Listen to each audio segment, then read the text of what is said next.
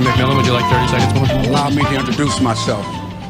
I represent the rent is too damn high party. People are working 8 hours a day and 40 hours a week and some a third job. Women can't afford to take care of their children, feed their children breakfast, lunch, and dinner. My main job is to provide a roof over your head, food on the table, and money in your pocket. This is politics as usual. Playing a silly game. It's not going to happen. The rent too damn high movement, the people I'm here to represent can't afford to pay their rent. They're being laid off right now as I speak. They can't eat breakfast, lunch, or dinner. Listen, someone's stomach, child's stomach just growled. Did you hear it? You gotta listen like me. Okay, let's Mr. talk McMillan. about the issue. Mr. People can't afford to pay their Cuomo, rent. 30 seconds for you, sir. Rent is too damn high. Thank you. They were there. At the end of the day, our children will have nowhere to live. That is what I'm fighting for. As a karate expert, I will not talk about anyone up here because our children can't afford to live anywhere. Nowhere. There's nowhere to go. Once again, why? You said it, the rent is too damn high. Thank you, Mr. McMillan. Mr. Cuomo. First, I'm with Jimmy. The rent is too damn high. The rent too damn high, party for you. If you want to marry a shoe, I'll marry you. All right, time now for closing statement. And I totally agree that the rent is too damn high, at least for the case of the Lakes Mall, and you will see why. Hello everyone, I'm King Chuck, and welcome to the Lakes Mall in Muskegon, Michigan. The Lakes is about 650,000 square feet. It's not a really big mall by any means, shape, or bounds, and it opened on August 15th, 2001. That's right, it is West Michigan's newest shopping mall and the only one built this century. As a matter of fact, it opened just less than a month from 9/11, believe it or not. Originally, this mall had 5 anchors: Bed Bath & Beyond, Dick's, which opened 3 years later actually, and 3 department stores: JCPenney's, Yonkers, and Sears. Now, the story is that Muskegon did have another mall prior to this one.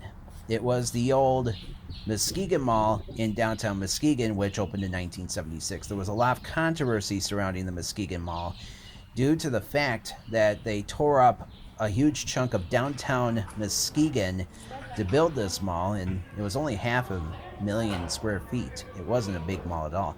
It originally had a Sears and a Stachetti's, which was a Grand Rapids chain. And unfortunately, what happened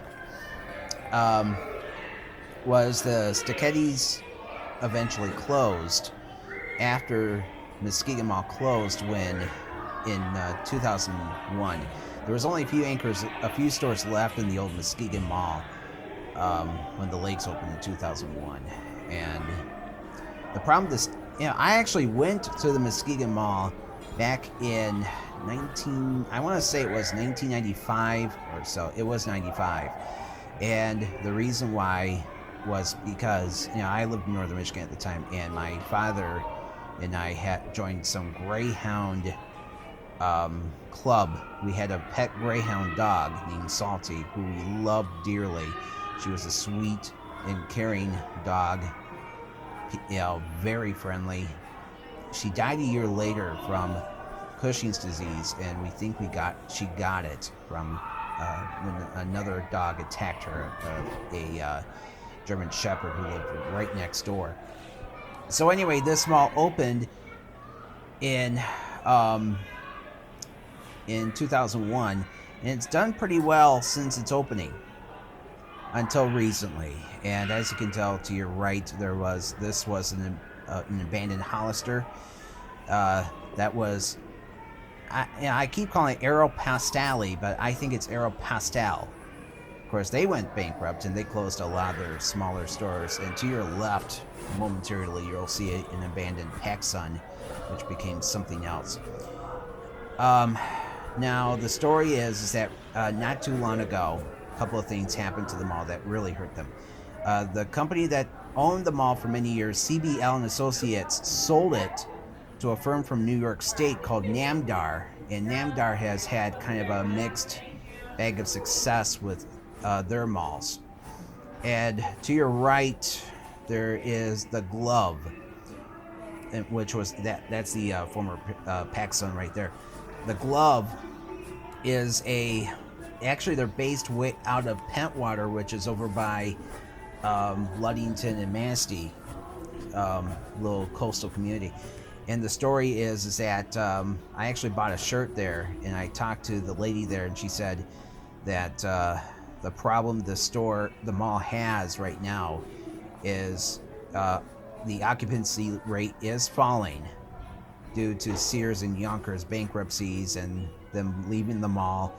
And although they still have JCPenney and Bed Bath & Beyond and Dick's, all these chains seem to be doing a little bit better. But, you know, Payless closed, Charlotte Russe closed, and there's going to be a little bit of a surprise coming later on. And according to this girl, she said part of the problem the Lakes has is, you guessed it, the rent is too high. And she claimed that the owner of the Glove was paying the same amount of money for his new home in Pentwater as he was in rent at the Lakes. And I'm like, you gotta be kidding me.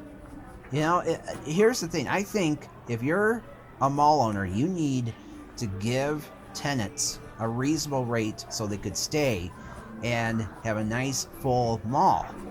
You understand? That's why, part of the reason why malls are dying.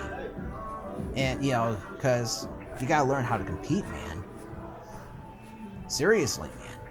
Learn how to compete. Oh, here's the surprise, folks. To your left, what is it? The gate's a little bit open. Can you see the label scar? If you guessed that this was a former Radio Shack, give yourself a pat on the head. And to your left, to the left of that Radio Shack, was an abandoned motherhood maternity. I will have to say, though, I will give this mall some credit. They are doing a little bit better than Lakeview Square. There's the abandoned Charlotte Russe. It looked like it had just closed. But I will say, yes, it is doing better than Lakeview Square. Lakeview Square was a joke comparing to this mall, unfortunately. And I think part of the reason why is because that mall has no anchors and is not as modern, unfortunately. This wing of the mall, of course, is the old Sears wing. And, wow, 2 comic book stores. Yes. One's only open on the weekends. But at least this mall still has some entertainment options in terms of stores. Although the big thing is, well, Lakeview Square at least still has a movie theater. But anywho, I kind of dread going to Muskegon to see this mall due to the fact that I had an ex-girlfriend who lived here. I wouldn't even call her a girlfriend. I'd call her a user, but oh well. That's a long story in itself. And there's the abandoned Sears. The lights are still on, but nobody is home. And, this sign right here still had the CBL logo on there. In closing, I have a tribute to the late Muskegon Mall. I hope you enjoyed this video, and I'll talk to you again soon. Bye-bye, everyone.